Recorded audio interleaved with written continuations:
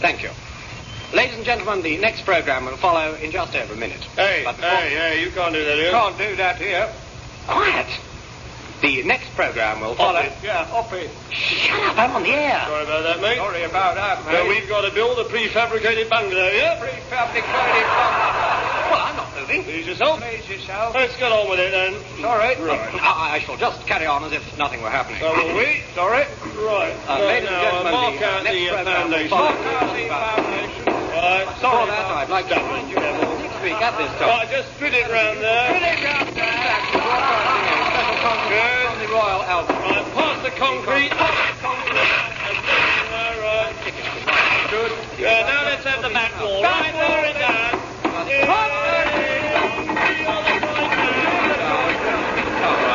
French window this side. Here's the spare. Right. And the last wall. Push up. Push up. Get behind it. Heave. Almost. There we are. Oh. Yeah, where's that bloke? He's still in there.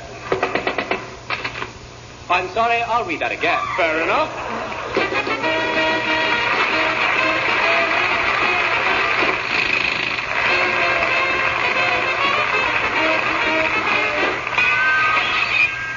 Once again, the Angus Broom tune rings to the microphone. Tim Brooke Taylor, John Cleese, David Hatch, Joe Kendall and Bill Oddie. And here is the voice of the nation's heartthrob, John Otto Cleese, to tell you...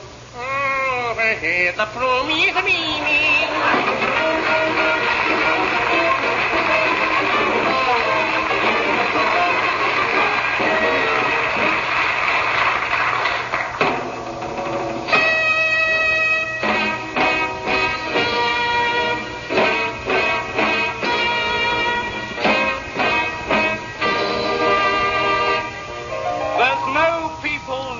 Show people. They smile when they are low. Stupid twits. We present the story of a great man of music, the rise and years of Cole Hammerstein Rhubarb III. Or, with a song in my tart. 17th May, 1923, Nashville, Tennessee. A star is born. 6th November, 1926, Wigan. Cole Rhubarb is born. Cole came of humble and modest parents. Congratulations, it's Quinn. Oh, it was nothing really. No. Let's let his parents, now 68, which is a lot of parents, set the scene for us. Well, of course, we rhubarbs have always been in showbiz. A lot of my relations were circus clowns. We always had red noses running in our family. Isn't that so, Father? Oh, yes. My mother trod the boards and my father walked the plank. We knew that Cole wanted to go on the stage the day he spoke his first words. I want to go on the stage. Bell short. I suppose I was about 4 when I began to tap out tunes on the piano. Listen, Daddy, I've made up a little tune. It's only 4 bars. How does it go? Ba, ba, ba. He's the black sheep of the family. He'll never be a star. I will.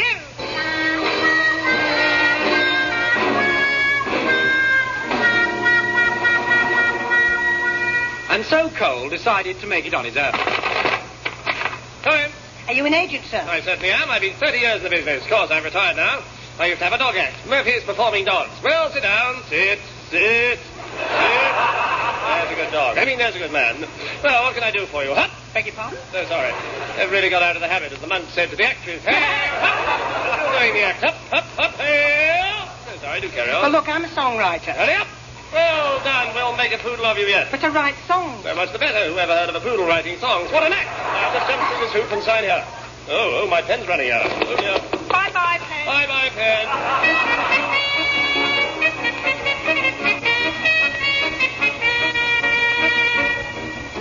And so Cole set about earning his living. He lived in a cold, damp attic at the top of a 12-story block, and it was hard for him to get down to work. There was no staircase. Thank you. But eventually he made the big jump and managed to make himself concentrate. Though he still found writing a painful process. Oh,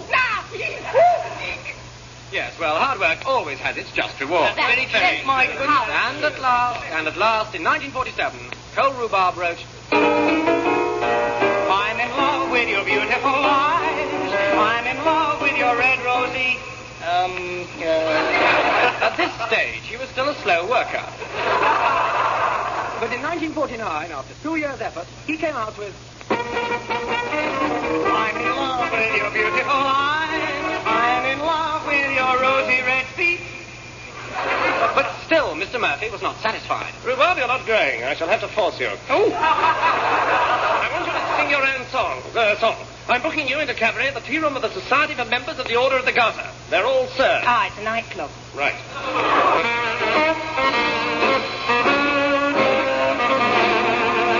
Suddenly his name was on everybody's lips. His fame spread across the country, and eventually to the towns. And as he gained confidence, he was always playing about with Melody. Or some other chorus girl. Nobody could get enough Cole Rhubarb. He was the darling of Britain. And so the natural thing happened. Makes a change. He went to America. New York was at his feet. Headlines screamed his success. Cole set about conquering America. Right, we need 1,400 armoured tanks, 2,000 battleships, and 3 H-bombs. Cole, why don't you just stick to writing songs? Oh, all right. These Americans are pretty square, you know. Just look at the charts. Bach first. No. Bach is first, Haydn second, Tchaikovsky's third, Mozart's fourth, and Beethoven's fifth. Well,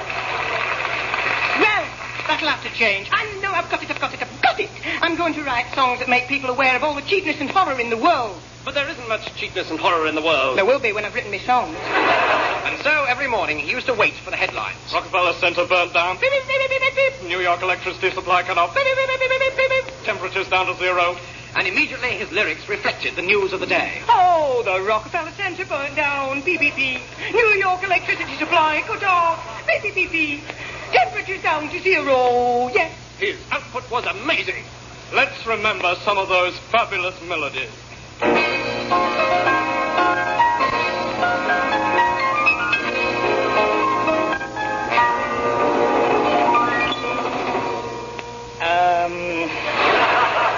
There were so many, and yet so few. Naturally, I became more sophisticated. I bought a gold-plated bath and began to splash out a bit. I used to wear 3 $50 bills in my hair. Yes, money went to his head. His parents recall... As soon as he struck it rich, he founded a home in the country. The warders were very nice to us. He got so extrovert, he used to drive around in a great big purple sports car with a huge handlebar moustache. People used to shout out. Yeah, your car could do with a shave. He never forgot his parents. He never even remembered them. But then one day, Solly called at his apartment. Hello, apartment. Look, kid, you've come a long way. You've got everything. Fame, romance. You see, Cole, there's some very big gangsters interested in you. Oh. I've sold out. Your new boss will be calling on you tonight. Sure enough, that night, a woman burst in his dressing room.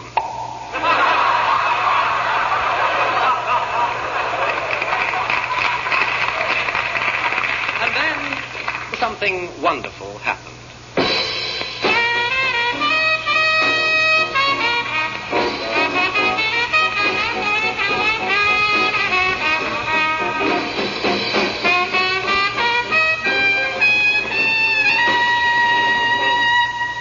Wasn't that wonderful?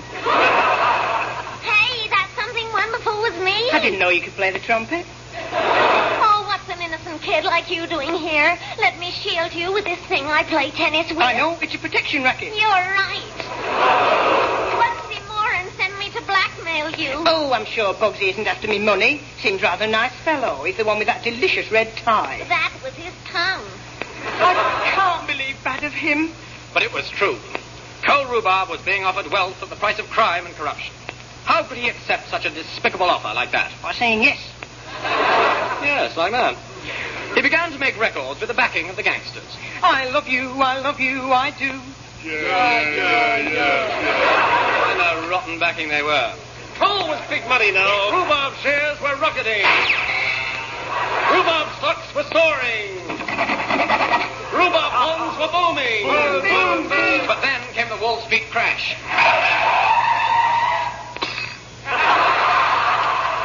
Cole Rhubarb fell off his bike. Oh, I fractured me larynx. I've lost my voice. He couldn't sing. He bent his fingers so that he could only write backwards. Cold Rhubarb was finished. But even then, he remembered the old song. They smile when they are low. Take that stupid grin off your face.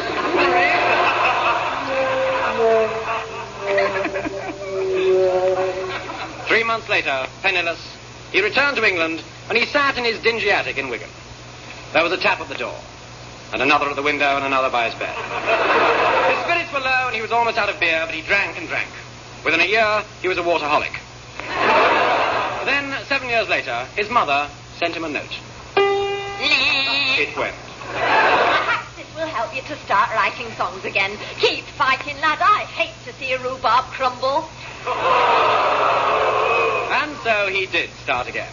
But of course, styles had changed and trends were leaving him behind. Come back, friends. However, let's be nostalgic and conclude this tribute to Cole Rhubarb by hearing again that well-loved favourite, which echoes Cole's feeling for show business. Oh, I love the smell of the grease paint. I love the roar of the crowd. I love the opening nuts, the dancers in their tights. Oh, isn't it enough to make you proud? So why don't we turn all the lights down? Help, help!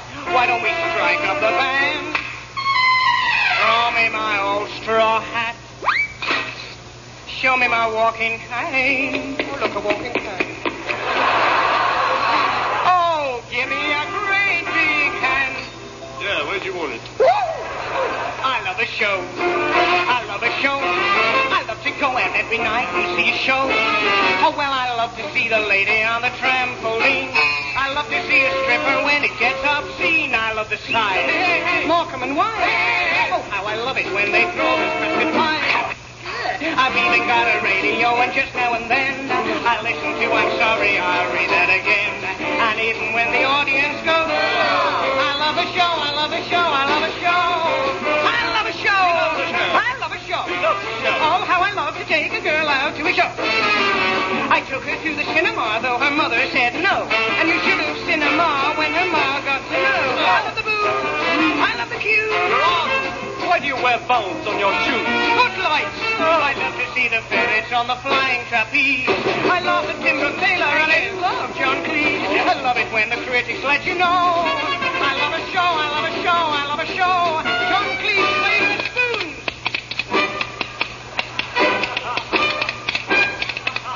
John? 1, 2, 3, we love a show. We love a show, we love a show.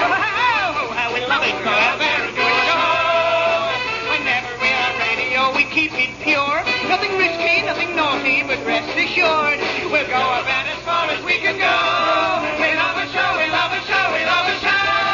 We love the lions, dogs, nudes, cats, nudes, pigs, nudes.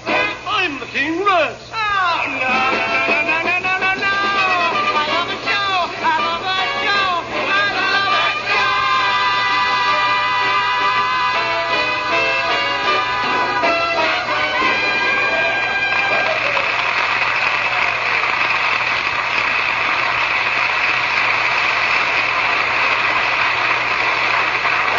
So much for melody. And now, let's ring up the curtain. Hello, curtain speaking. What was that? A curtain call. Yes, and that means for those of you who haven't already guessed, and for those who have, it's time to hear the last and final episode of our action thriller serial, The Curse of the Flying Wombat. Oh, no, hooray, it's over.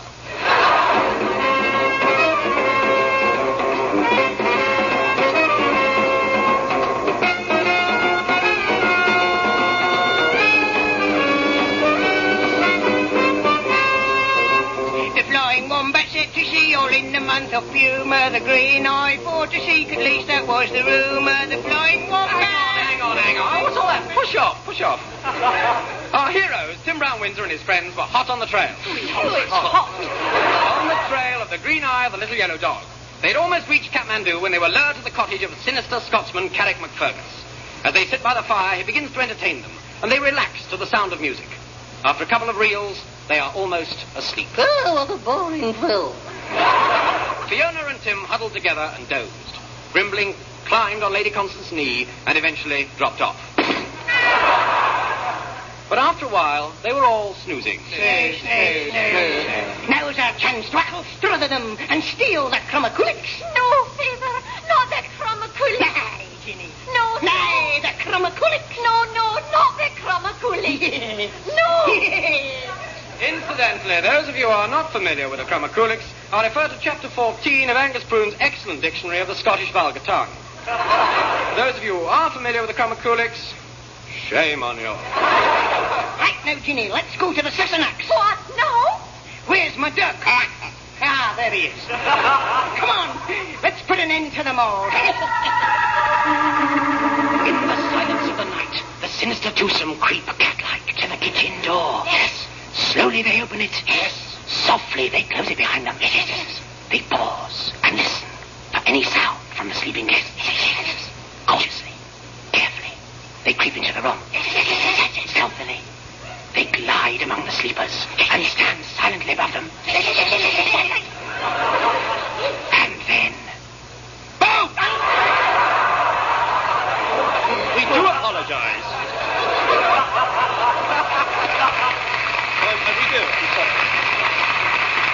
We do apologize if any of our listeners at home were startled by that. We realized it was unbearably horrifying. But we felt we had to do it in case some of you were asleep. Carry on.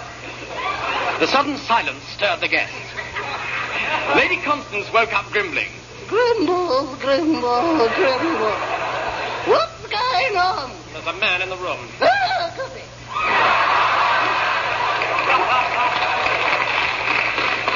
He's bent on wicked deeds. Oh, even better.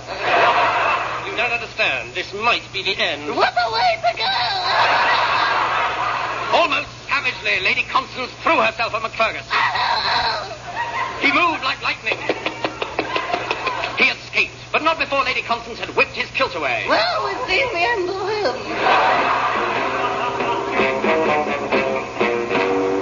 Oh, Lady Constance saves the day. Hooray, hooray, hooray, hooray. Hooray, hooray, hooray, hooray. I used to yodel, you know. Next morning, we were all well on the way to Kathmandu, except Grimbling, who was ill on the way to Kathmandu. We struggled on through the desert, and then at about 3 o'clock, we came across a bridle path. Can you help us?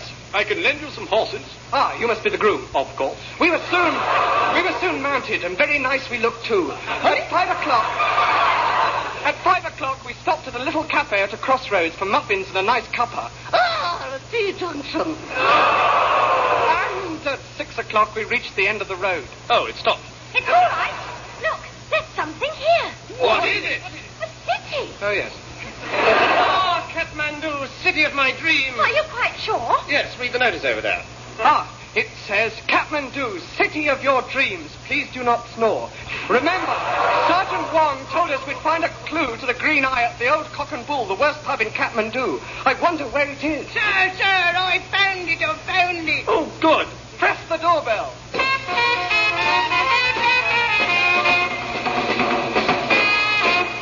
Ah, swinging doors. In we go. Barman, give me a beer. We don't serve beer.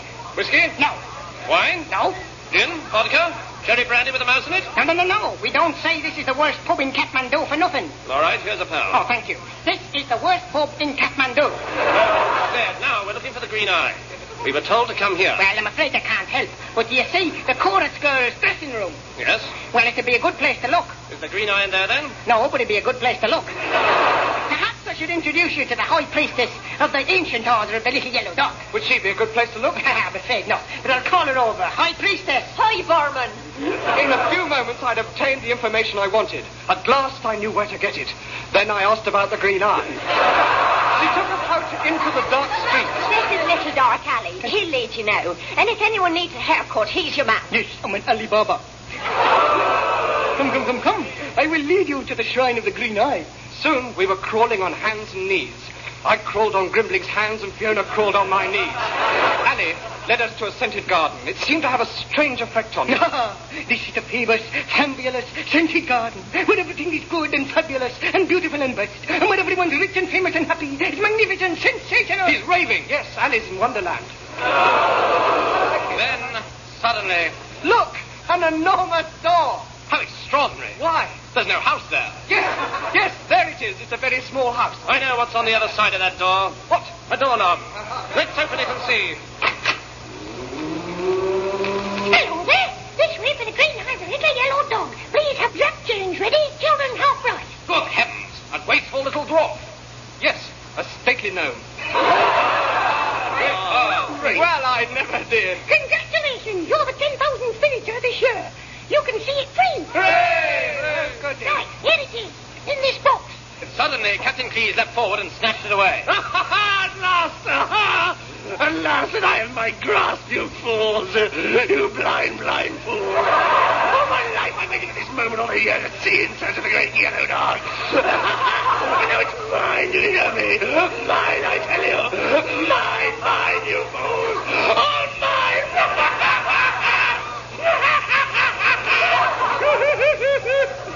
Is that all right?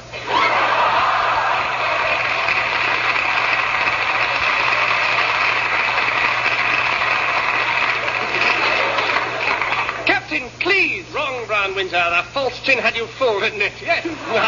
Now I can cast it aside and reveal my true identity. Arnold Porridge! No, try again. Oh, I'll hit him. Lady Constance. Right! I am the real Lady Constance de Cavendish. Then tell us, Auntie, who are you? I am really Tim Brown Windsor, disguised as my long-lost aunt. Oh, Captain Cleese, why didn't you admit you were Lady Constance? I couldn't do the voice. But wait a minute. Who is this Tim Brown Windsor? It's me. Fiona! Wrong. I'm Grimbling, the old butler.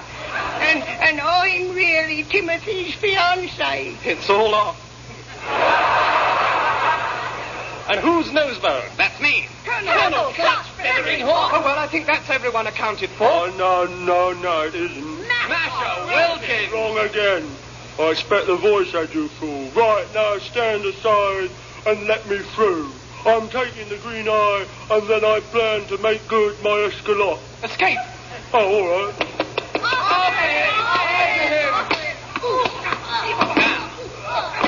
Sock. Owl. Blat. Kaplop.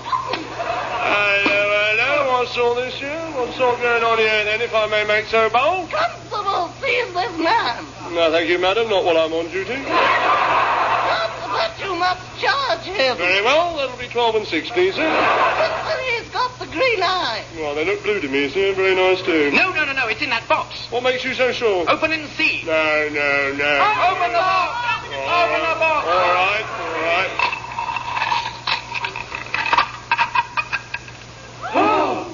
The green eye of the little yellow dog. There's just one snag. What? The dog's still attached. And it's not so little. And it's anything but yellow.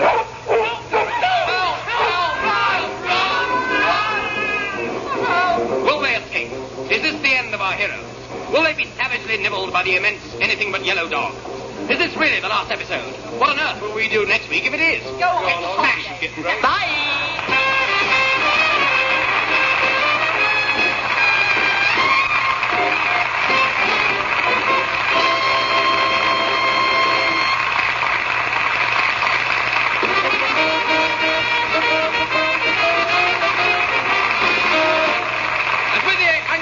We bring to an end The Curse of the Flying Wombat and another edition of I'm Sorry, I'll Read That Again. The voices you heard were those of Tim Brooke Taylor, John Cleese, David Hatch, Joe Kendall and Bill Oddie. The scripts were by Graham Garden and Bill Oddie also wrote the songs. Isn't he a clever little thing? The music was provided by Dave Lee and the whole thing was produced by Humphrey Barclay. I know.